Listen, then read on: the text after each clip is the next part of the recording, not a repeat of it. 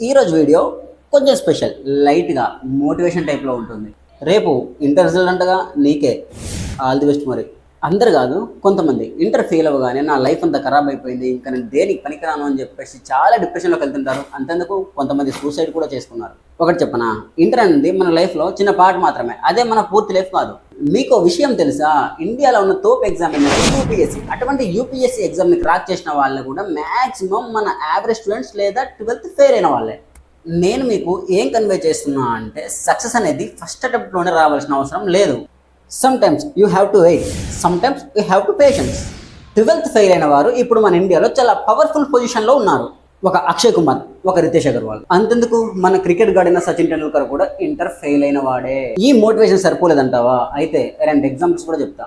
Harry Potter book maximum మనందరికి తెలిసే ఉంటుంది. అది పబ్లిష్ అవ్వడానికి ముందు 12 టైం రిజెక్ట్ చేశారంట. కానీ ఒక్కసారి పబ్లిష్ అయిన తర్వాత తెలుసు కదా, వరల్డ్లో దాంతో సేల్ అయిన బుక్ ఇప్పటి వరకు. మైకేల్ జోర్డన్, ఈయన ఒక బాస్కెట్బాల్ ప్లేయర్. తన కెరియర్లో కొన్ని వందల సార్లు ఓడిపోయాడు, కొన్ని 1000 షాట్స్ మిస్ చేశాడు.